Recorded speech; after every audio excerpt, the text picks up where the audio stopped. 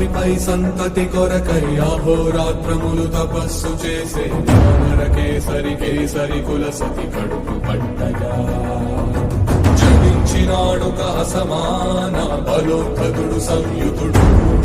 అంజనాసుతుడు పవననందనుడు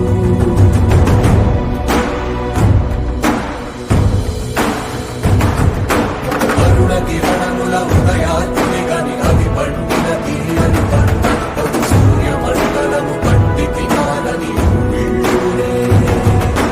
దేహం నాడున రవి మరుగై జగము చీకటై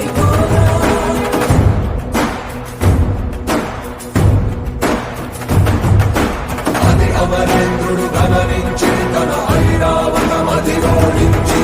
ఆంజనేయుని సమీపించి తన వజ్రాయుధము విసరగా అది పవననందనుని హనుముని తాకా చిందిన రక్త బిందువే